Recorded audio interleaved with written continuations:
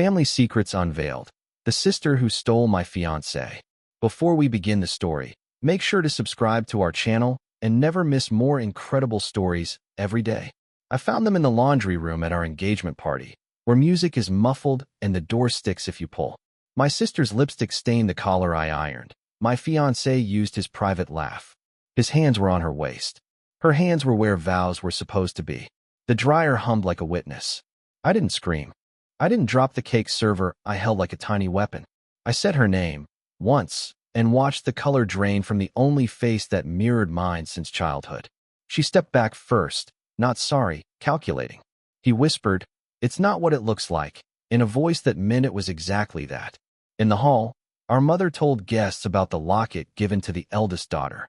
I am the eldest. Between toasts and betrayal, its clasp snapped. I tucked it into my pocket. In that hot room, I touched the cold oval and wondered if it was still truly mine. "Listen," my sister said, using the soft, dangerous register she saves for bending truth. "You're stressed. You misread things." He came to me for advice. "You know how fragile you get." The word fragile landed like a slap. He nodded, grateful for the script.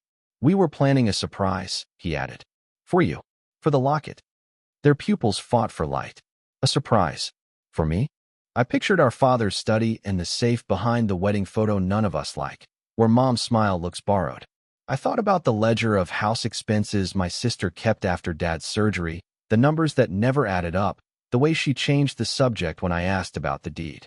My fiancé wiped sweat from his lip, eyes darting like a trapped fox. Down the hall a glass clinked. Someone called for a speech. I swallowed the ash in my throat and said, "Then show me." We walked, three ghosts, past cousins and flowers and promises. My sister moved ahead, hips steady, as if she already knew which doors would open. The missing key matched our family safe, and her name replaced mine. She'd reset the study alarm. She knew where cameras blinked off. She slid the portrait aside and woke the safe. The keypad glowed deep blue. Inside, the house deed, a velvet ring box I'd never seen, Dad's notebook, and an envelope with my name. Its eye looped like my sister's. "Proof," I said. "Clarity," she replied. The deed was neat, notarized last month. Co-owner, my sister. Beneficiary, not me. The ring box held the exact oval I sent my fiancé. He stared at carpet. "It was going to be a backup," he said. I opened the notebook. Dad had tab pages with hospital bills and a timeline of gifts. Half the sums bore my sister's initials. The rest were mine, then crossed out. In the margin, "Only the steady hand keeps the key." "Dad wanted me to steward things," she said. "You drift. I manage." "You managed to kiss my fiancé at our party." She rolled her eyes. "Don't be provincial. Families move assets where they're safest." Yet here were account numbers swelling like bruises, balances we never saw. Footsteps paused in the hall. "Mother." She saw the open safe, my shaking hands, my sister's calm. "Girls," she said. "Please. Not tonight." "When were you going to tell me he rewrote everything?" I asked. "When were you going to tell me I'd been replaced?" Her fingers reached for the missing locket and found air. "It was supposed to be simple," she whispered. "Your father made conditions. For blood. Not just blood," she said, eyes flicking to my fiancé. "Partnerships. Stability." The board insisted. "What board?" I turned the last tab. A second envelope lay there, sealed in wax.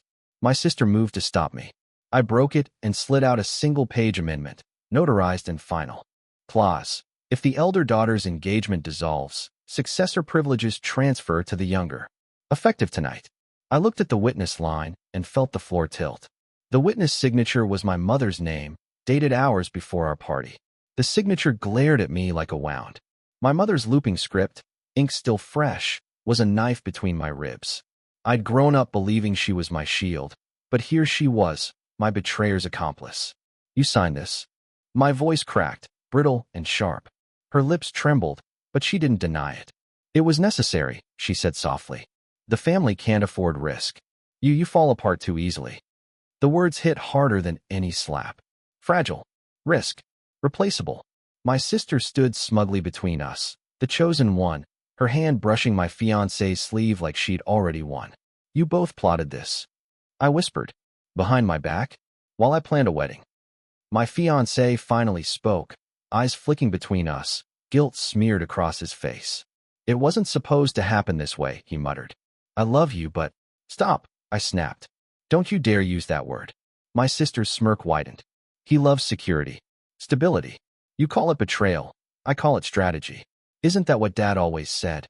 I wanted to scream, but instead I grabbed the notebook, hugging it like a lifeline. You think this is finished? You think you've stolen everything? No, this isn't over. Don't be dramatic. My mother sighed, exhaustion dripping from her tone. The decision is made. Accept it with grace. Grace. The same word she used when Dad was sick, when my dreams were shelved, when my sister took what she wanted and I was told to smile. But this time, my rage burned hotter than their lies. I backed away, notebook in hand, heart pounding so loud I couldn't hear the music outside anymore. My fiancé reached for me, but I recoiled like his touch was acid. This family just buried itself, I said, and I'm going to dig it up. Their eyes followed me as I stormed out, but not one of them stopped me. They didn't need to, because when I opened the notebook again in my room, a folded slip of paper slid out, one I hadn't noticed before. On it, in my father's unmistakable handwriting, was a single line. If you're reading this, then you don't know the real secret yet. I locked my door, fingers trembling as I unfolded the paper again, tracing the grooves of my father's writing like they could tether me to something true. His hand had always been steady, deliberate. The message was short, but it pulsed with urgency. If you're reading this, then you don't know the real secret yet. What secret? I thought betrayal couldn't cut deeper, but Dad's words suggested my sister's theft of my fiancé was just smoke hiding a darker fire. I flipped through the notebook with frantic hands. Bills, ledgers, property notes, pages of figures that told a story of a man drowning in debts we never knew. Except one column stood out. Large payments listed under initials that weren't his, weren't mine, weren't even my sister's.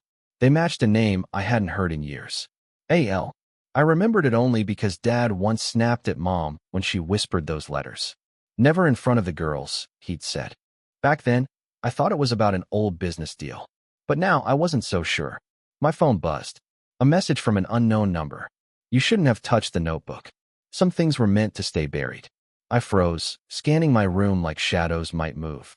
Was it my sister? My mother? My fiancé? Or someone else entirely? Before I could reply, another text came. Ask her about A.L. She knows. My pulse spiked. Was this a trap? Or a lifeline? I shoved the notebook under my mattress just as a knock rattled my door. My sister's voice, sing-song and poisonous. You can sulk all you want, but he's mine now. And so is everything else. Just thought you deserved to hear it from me. Her laugh drifted down the hall, sharp as broken glass. I waited until silence fell again, then pulled out the note one more time. Dad's words burned in my mind, twisting my anger into something sharper. If A.L. was the key, then my family's betrayal wasn't just about love or money. It was about something older, heavier. And if my sister already knew, then she wasn't just stealing my fiancé, she was guarding the truth. The kind of truth someone was willing to threaten me over. Sleep didn't come. Every creak of the house felt like footsteps, every shadow like a spy. Dad's note replayed in my mind. You don't know the real secret yet. At dawn, I crept into the kitchen, notebook hidden under my sweater. Mom sat at the table with coffee, her eyes hollow, like she hadn't slept either. She didn't look surprised to see me. You found something, didn't you? I asked, voice sharp. Her gaze flickered to the window, then back to me. Let it go. You'll only hurt yourself. I want to know who A.L. is. The mug trembled in her hand. Just a tremor, but enough. Where did you hear that? Dad wrote it. Over and over in his notebook. Huge payments. Was he blackmailed? Who is A.L.? Her lips pressed thin, but silence was an answer of its own. Before she could respond, the back door creaked open. My sister sauntered in, hair perfect, wearing the robe she stole from me last Christmas. Still digging, she said, smirking. Of course you are. Tell me who A.L. is, I snapped. Her smirk faltered just for a second, then returned, brighter, crueler. Dad's mistakes aren't yours to fix. Some names should stay in the dark.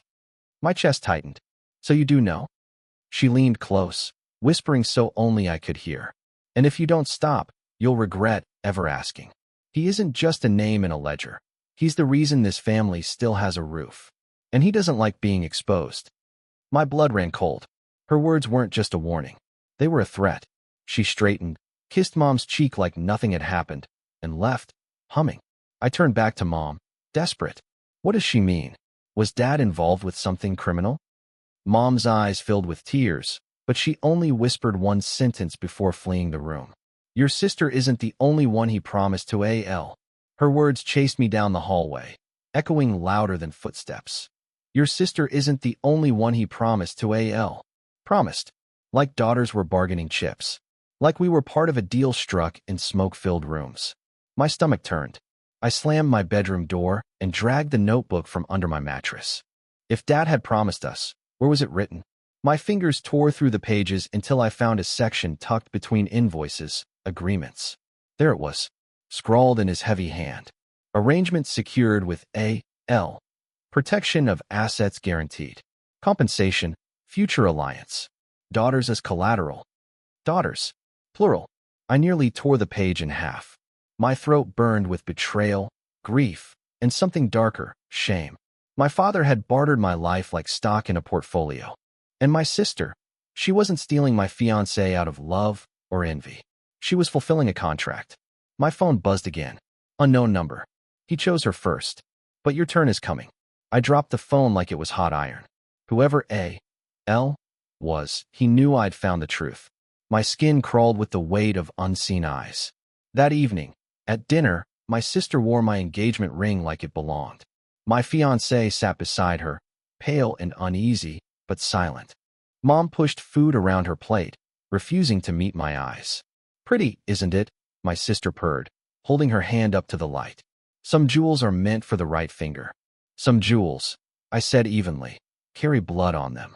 Her smile faltered for the briefest moment before she hid it behind her glass. I couldn't take it. I shoved my chair back and stormed to Dad's study again. But when I reached the safe, it gaped open. Empty. The deed, the will, the notebook, gone. A laugh drifted from the doorway. My sister, leaning against the frame. You think you're the only one who can play detective? She whispered. Dad trusted me to guard the legacy. Not you. She held up the notebook in her hand. And now, he will know you've seen too much. Then she closed the door behind her with a click that sounded exactly like a lock turning.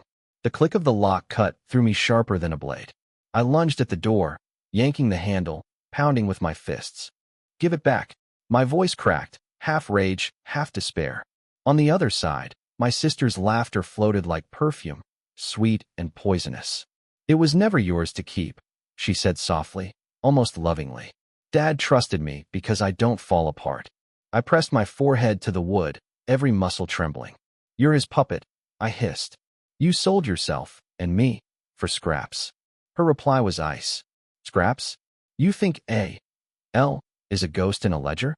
He's flesh, power, and he already owns this family. The sooner you accept that, the safer you'll be. Silence. Then footsteps retreating, measured, unhurried, as if she knew I couldn't touch her. I sank to the carpet, gasping, fury clawing at my throat. If she had the notebook, I had nothing but my father's note, the one hidden in my pocket. You don't know the real secret yet. At midnight, I crept downstairs. The house was too still, shadows stretching long. I stopped at the hall mirror. My reflection looked like a stranger, eyes sunken, lips trembling, a woman gutted of love and blood.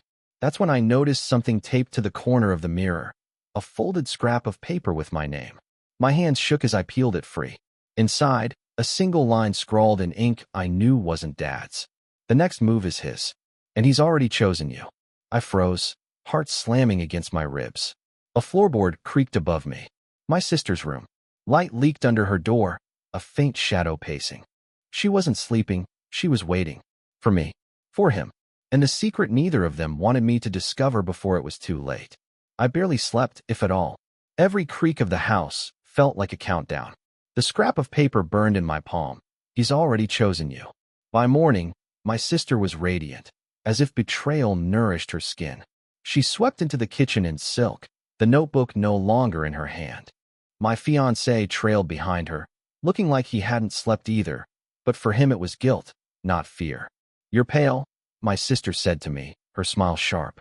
Bad dreams. I forced a smile back. Only the kind that tell the truth. She leaned in close, her whisper hot against my ear. Dreams don't matter. Contracts do. Before I could snap, Mom entered, clutching the phone. Her face was ghost white. He called, she said. AL, he wants to see us. The room went silent. My sister's grin flickered, fear bleeding through for the first time. When? I asked. Tonight. At the estate, Mom whispered. The estate. Dad's childhood home, shuttered since the funeral. A place I hadn't stepped foot in for years. That night, the three of us drove in silence. The estate loomed against the sky, its windows black, its gates yawning open as if they had been expecting us. My stomach twisted with every crunch of gravel under the tires. Inside, the air smelled of dust and secrets. Candles lit the grand hall, casting shadows that seemed to breathe. And then he appeared, a tall man, hair silver at the temples, suit pressed like armor. His presence filled the space, commanding, cold. His eyes swept over us, pausing on me. You, he said, his voice low, certain. You were always the stronger one. That's why your father chose you. My blood ran cold. Chose me for what? He stepped closer, lips curving in something not quite a smile. To finish what he started. From his coat pocket, he pulled the notebook. My sister's face drained of color. And then he placed it in my hands. You'll carry the legacy now, AL said. But the price of loyalty is everything you love. The weight of the notebook in my hands was unbearable. Its leather cover felt warm, as if it had been waiting for me all along. My father's scrawl, my sister's lies, every figure and deal. It pulsed beneath my fingers like a living thing.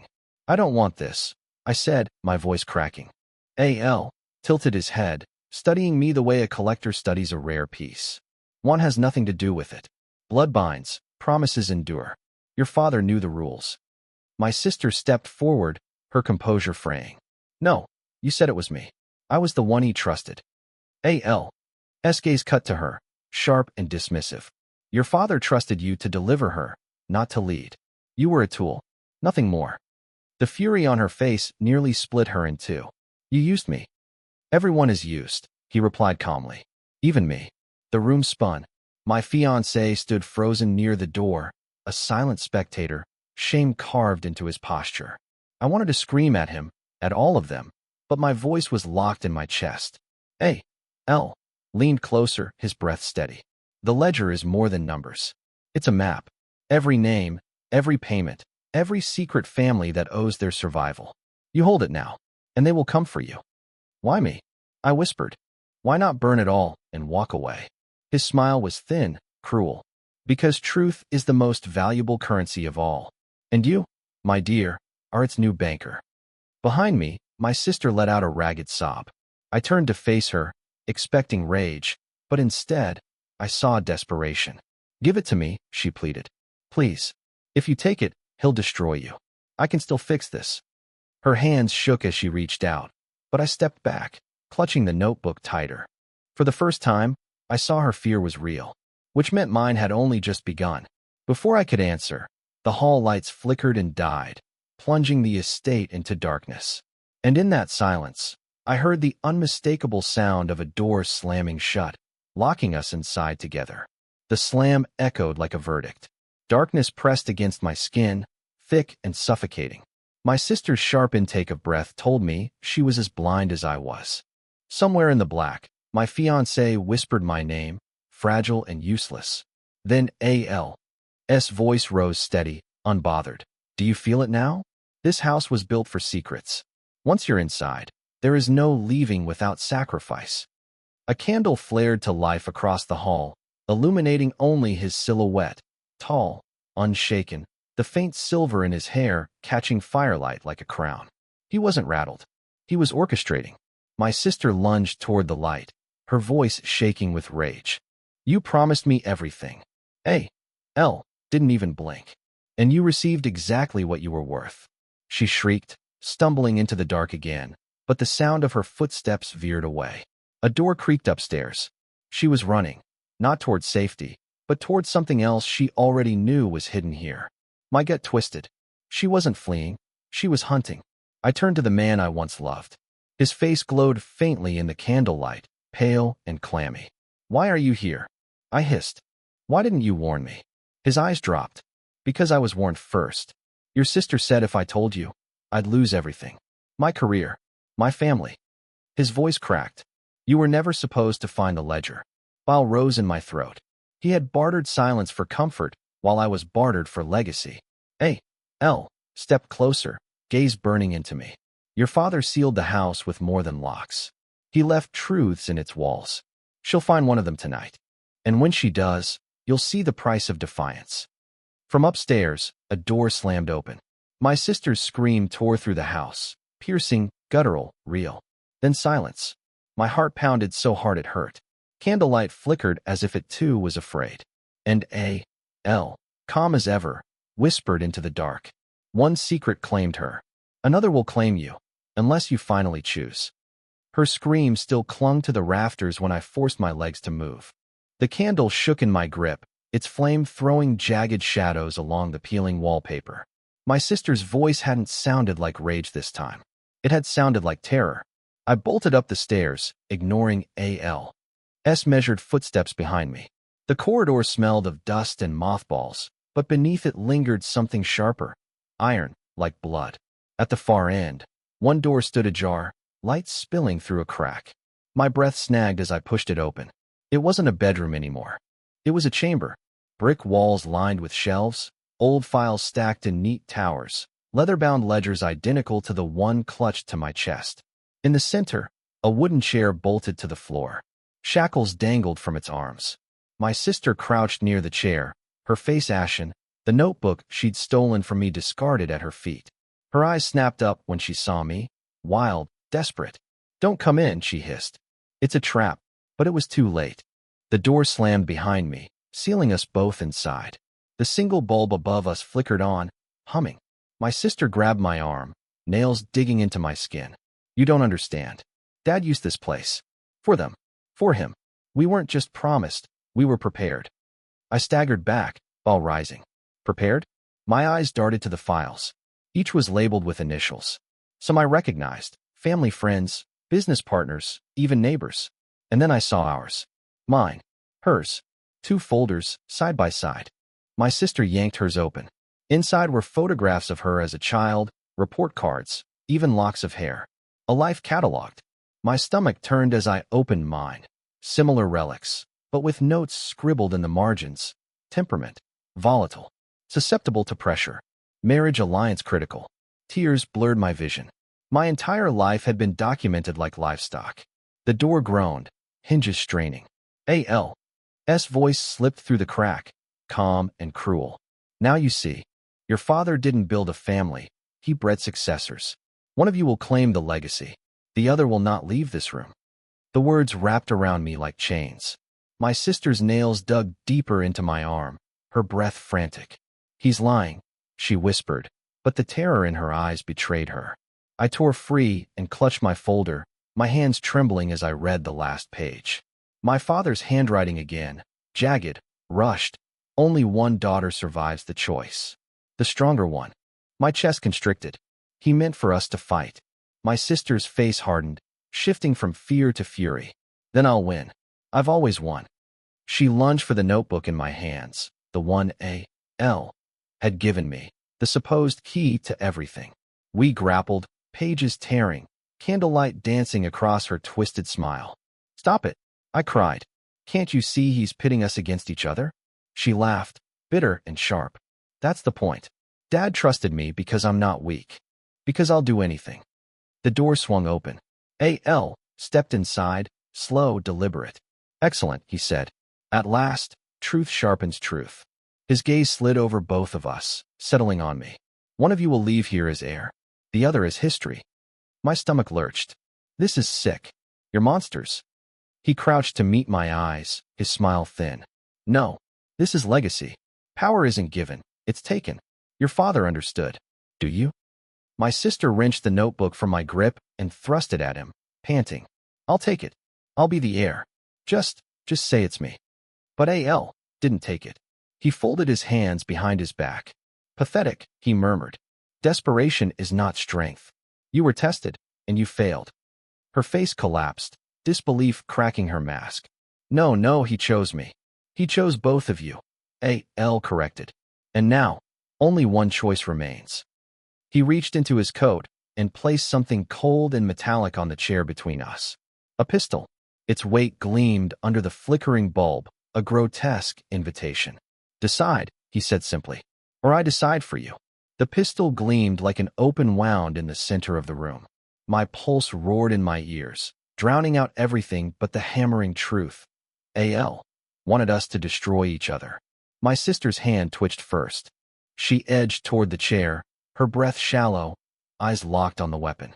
He's right, she whispered, almost to herself. It has to be me. Dad prepared me for this. You never had the stomach. I blocked her path, my body trembling but unmoving. You think killing me proves you're strong? That's exactly what he wants.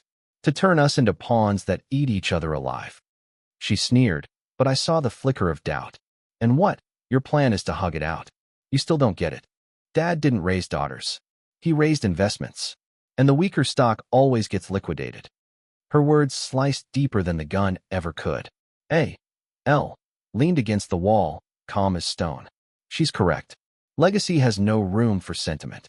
The notebook chooses the one willing to bear the stain. The other, he gestured toward the shackles. The other feeds the foundation. My vision swam. Feed. Not metaphorical. Literal. How many had been swallowed by this house, buried beneath its legacy? My sister lunged. Instinct overrode thought. I grabbed the pistol first. The cold metal seared my palm. She froze, shock flashing across her face. Do it, A.L. coaxed, voice velvet. Pull the trigger. Enter claim. Seal your place. The gun shook in my grip. My sister's lips trembled, but she didn't retreat. If you don't, I will, she spat. My chest ached, my father's words echoing. Only one daughter survives the choice. But then my eyes fell to the folders on the shelf, rows and rows of other initials, other families. It wasn't just us. This wasn't legacy. This was slavery disguised as inheritance. I raised the gun, but not at my sister. At A.L. His smile didn't falter.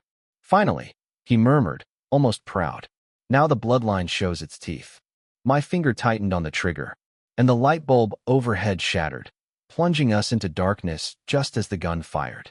The explosion of sound ricocheted off the brick walls, louder than thunder, sharper than lightning. My ears rang, my chest seized, and the smell of gunpowder clung to the air like smoke after a fire. For a heartbeat, silence. Then a low groan.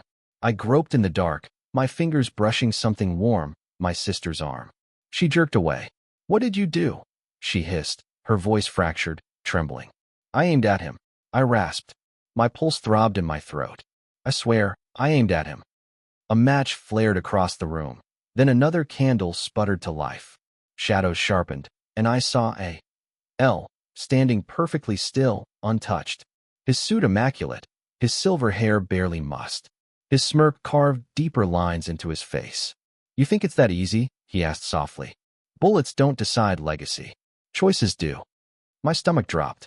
The chair behind him bore the bullet's wound. Splintered wood, nothing more. I had missed. Or worse. He had moved faster than I thought humanly possible. My sister crawled toward the gun, her face streaked with sweat and tears. I kicked it away before her hand touched it, sending it clattering under the chair. This ends tonight, I said, my voice breaking but loud. No more contracts. No more legacies. You've ruined enough lives.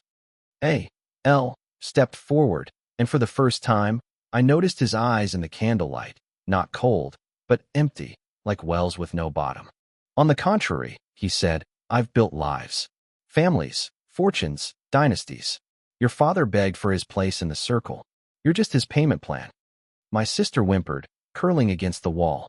Her arrogance had drained away, leaving only a frightened girl. For the first time, she looked like my sister again, the one who used to braid my hair before school, before all this rot seeped into us. I bent, grabbed the pistol again, and leveled it between us all. My voice cracked. Then maybe the only way to win is to destroy the game. A.L.'s smirk vanished. He studied me, truly studied me, as though seeing something unexpected. Careful, he murmured. Revolution demands blood. The question is, whose? And from the hall, faint but steady, came the sound of more footsteps approaching. Not one set, Many. The house wasn't empty. Others were coming. Others who knew the ledger, who lived by it, who would not let us walk out alive. The footsteps multiplied, echoing through the estate like a drumbeat. Heavy, deliberate, rehearsed. My sister clutched my sleeve, her nails biting through fabric. For once, she wasn't my rival. She was terrified. A.L. didn't flinch. His eyes glowed in the candlelight, proud and cruel. They've come to witness. Every succession must be sealed.